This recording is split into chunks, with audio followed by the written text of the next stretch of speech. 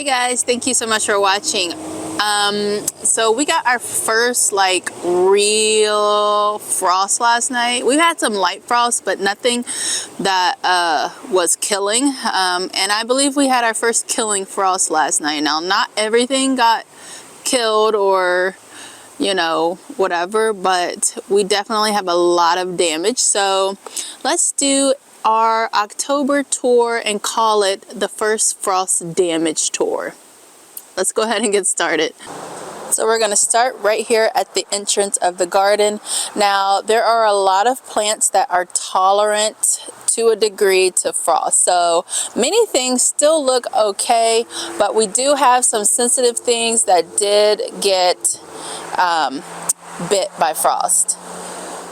And there goes the chickens, because we always have to acknowledge them. We've got several that are molting and they are looking so crazy right now.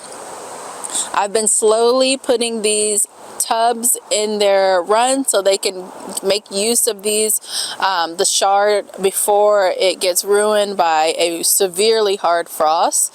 So each day I'll put a new one in. It's only been 2 days that I've done that, so today I'll put this one in and let them go ahead and have at it. Look at it. It's a rooster sunbathing pile up.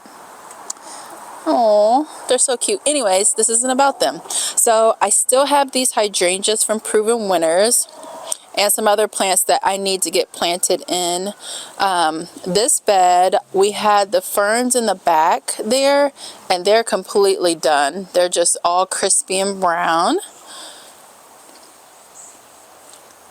We had some kind of pest on these alliums this year. I'm not sure. I think they might have been aphids, but I've never had issue with them until this year, and they really suffered, because usually they would still look okay right now, but they went through heck with that pest. So we've got the Firelight Tidbit hydrangeas here. We've got the Dusty Miller. This Dusty Miller is from last year. And then my Firelights are just now starting to change and turn colors. I've got my herb garden there that I'm going to give to the chickens, because it also has that black pest in it. Let me show you. Don't mind this. It's a new chicken coop. Another video, and I'll explain that. But so here it is. Let me show you if I can get a good view of it. But it's got all these little black bugs on it. They look like aphids, but they don't. I don't know what they are. Like, I have no clue. They're on my hand now. Let me get those off. So yeah, we've got all of those bugs on. It seems to be like on the allium type plants, so like the onions and things like that. Everything else seems to be fine. So yeah, this year I'm planning on dumping this into the chicken coop and starting fresh with new soil. Because I planted mint in there, the mint seems to take over most of the time. I've got some pots down here that I still haven't taken care of. Sorry for the shadow. But I've got some pots here, there. I got to break down these pots. They have cannas and sweet potato vines, petunias, things like that. These were my Proven Winner containers with mainly Proven Winners plants in it. They did fabulous. This one did worse. This one did best. And this one actually is still looking pretty nice and full. But yeah, it's time for these two to come out. I'm working as quickly as I can to like get things done before November. November is about a week and a half away right now, and I am exhausted. I have been building so many things. I built this new Vajayga bed, built the chicken coop, built the veggie beds back there, and I have been like taking down the cut flower space. I've been working on, you know, working in the chicken coop, pulling that composted material out and cutting things back, and, you know, trashing things. We trimmed this tree here, and we've been cutting those branches down. It's just been a lot going on, and I haven't even got my cannas in the house yet. Usually the cannas are in by now, but we're doing our best, or I'm doing my best. I'm the only one who really does, well, I'm the one who does most of the work out here. So yeah, these definitely got hit by frost. So this is going to come out. I was trying to leave everything in as long as it was looking good, it could stay in, and then anything that didn't look good would get pulled out. Check out my CL Perfume Breeze roses up there, blooming, looking gorgeous. So pretty. You know what, you guys, I cannot wait to see how this rose performs next year. It's grown so much. There's actually two. There's one on that trellis there, and there's one on this trellis. They have been growing non-stop since I planted them in, and I'm kind of scared about that because how quickly they're growing. They're going to take over this. I mean, they've already like reached the top of that. So next year, I can't even imagine like what they're going to do. So I'm doing my best trying to keep them clipped to it so that there aren't any, you know, pieces hanging out to snag us on the way. But I mean, the blooms are stunning. The smell is light and fragrancy, perfumey. And it's the perfect fit, you know, by a area where you have livestock or chickens or whatever, because that fragrance moves in the air.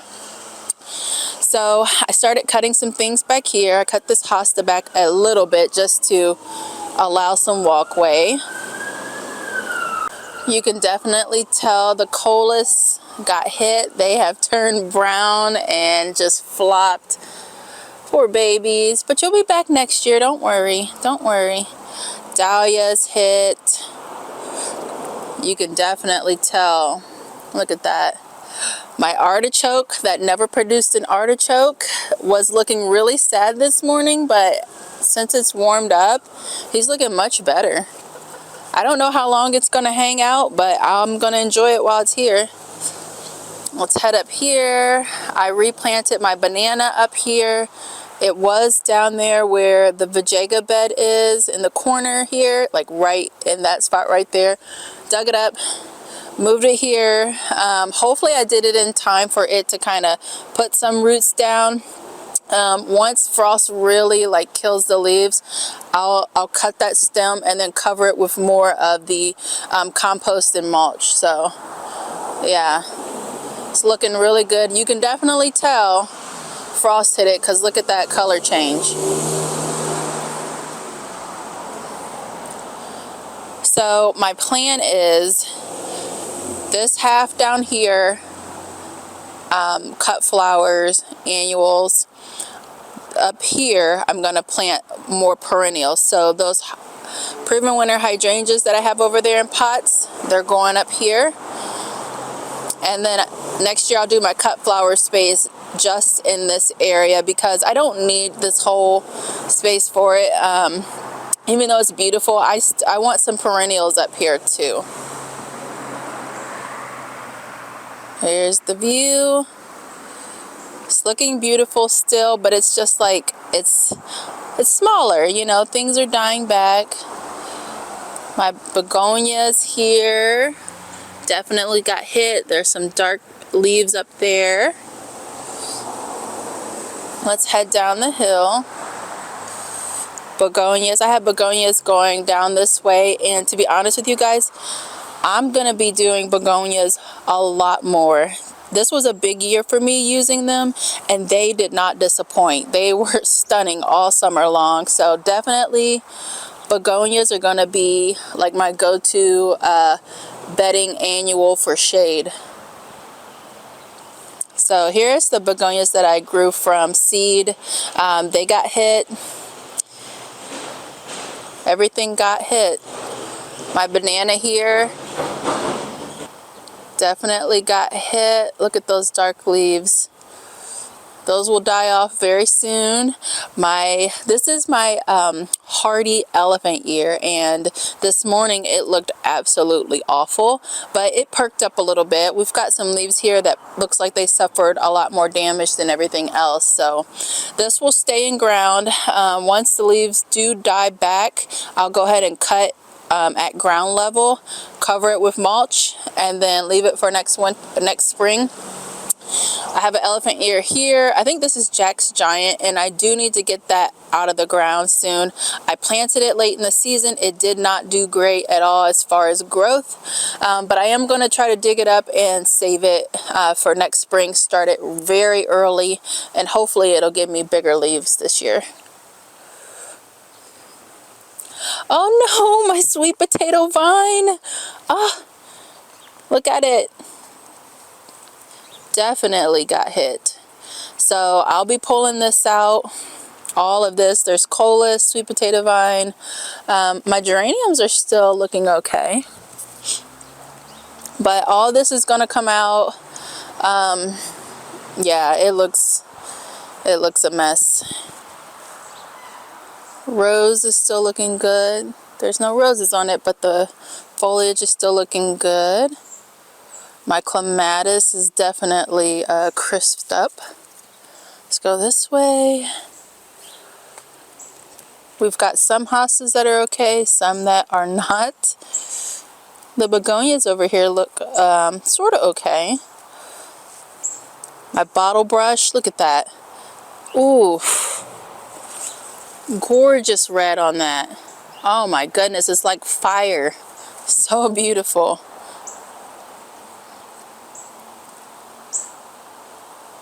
Let's see what's going on over here. Some things in and out here. Some things are okay. I did start cutting back this hosta here, still working. I'm actually going to leave the foliage on the soil and then cover it with mulch when I can get some.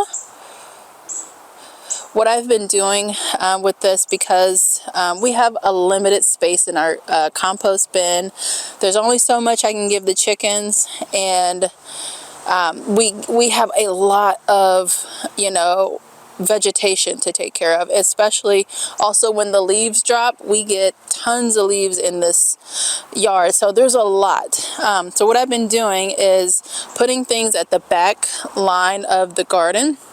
So these leaves, I dropped them in place, but I'm going to move them back there. I dropped these in place. I'll move those later.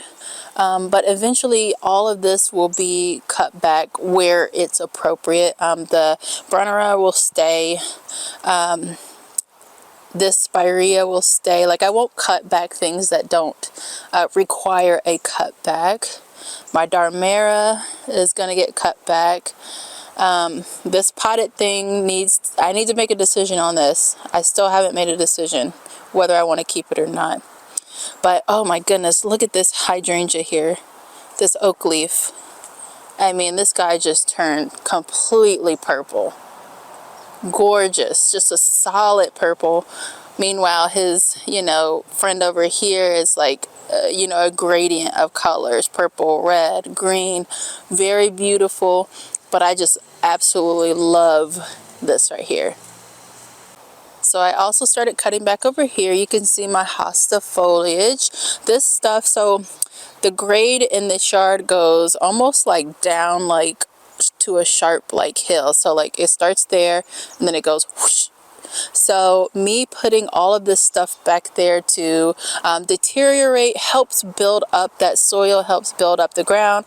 I'll add mulch back there as thickly as I can to help build that soil up.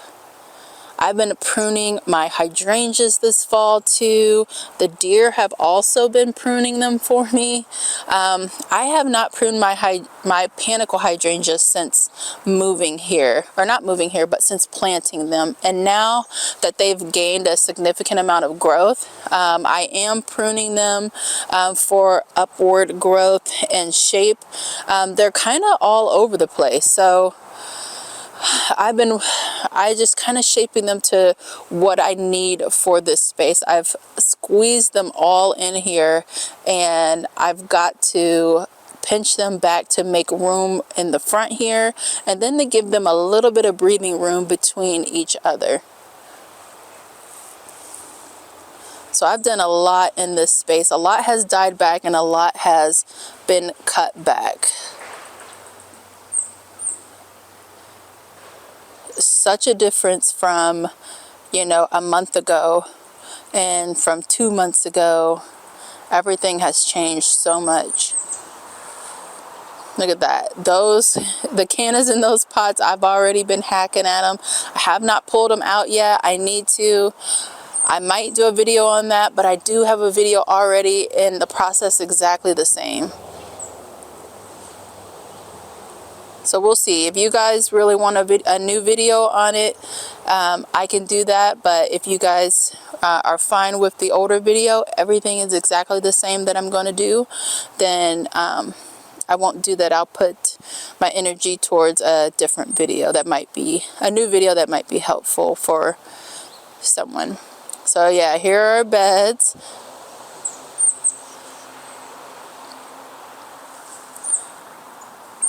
My potted hydrangeas will go into the garage after they've dropped all of their foliage. They'll probably, I'm not watering them right now. They won't get any more water. I don't believe that they actually need it. So once things really start to remain cold, the foliage is gone, they'll go into the garage for storage. Anything that's potted, like this dwarf smoke bush, will go in the garage. These two hardy miniature roses will go into the garage. I've cut my hibiscus back. I'm working on this hydrangea here. It's kind of like opened up like that, and I don't really like that shape for it. So we'll see. I might prune a little bit more and then see how it looks next year. It might just look really crazy. We'll see. My hydrangeas over here are looking so pretty and fally. This is my snow sickle hydrangea. It looks gorgeous, and it tried to give me a little fresh bloom. So beautiful. These are my endless summer hydrangeas. They look so beautiful right now. Got a lot of pine needles that drop from our pine tree here. My incredible, looking beautiful. Everything over here is looking really good. I can't believe that the season is about over. That's what's like getting to me these days, these few days. Is like, it feels like it just started and then it's already over, but also I'm like okay with it being over because I'm a little bit tired and I've got some indoor stuff I want to really work on and focus on.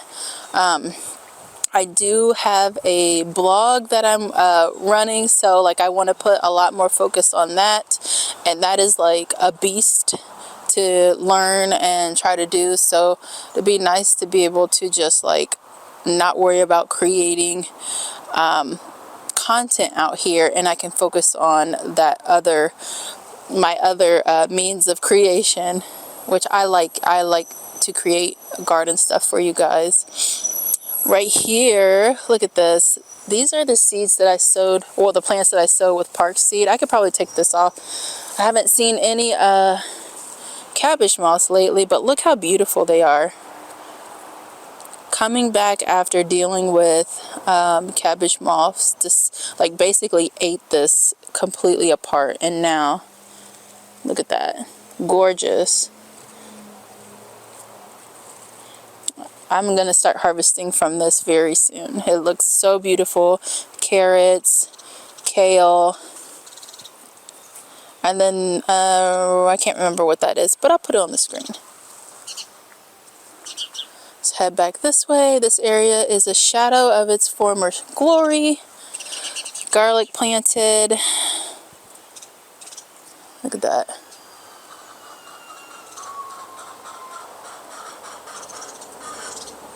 Look at this hydrangea here. This one's gonna get moved into the garage too. It's beautiful right now with this color. Somebody laid an egg. Look at this.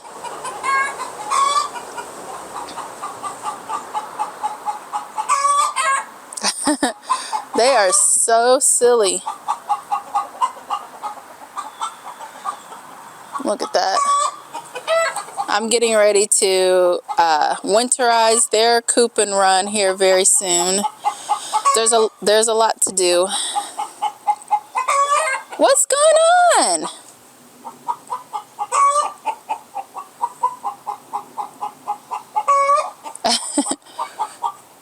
So excited about this extra growing space.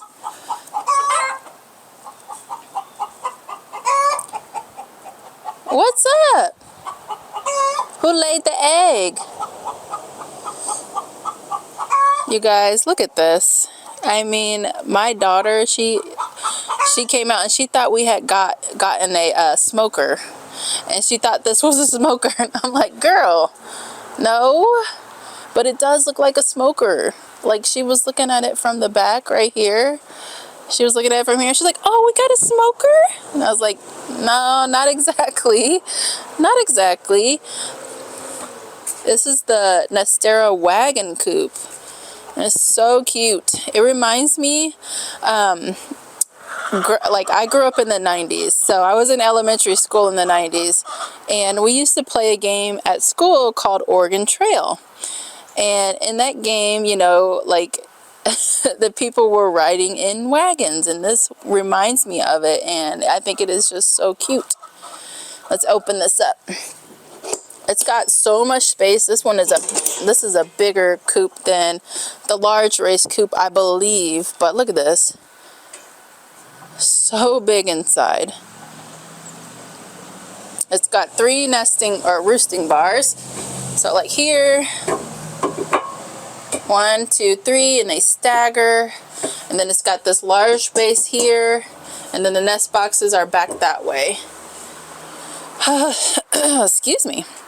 So eventually I'll be moving this into there, but I still have a lot I want to clean out of there as far as like compost to use in the garden. So I'm kind of waiting to move this in there until I finish up getting as much as I need for the garden, and then this will go all the way inside, and then the birds will hopefully, you know, go between the 2 coops instead of just going into the one, because right now we're having the problem with everybody crowding in there, and some of them are sleeping in the nest boxes and pooping in the nest boxes.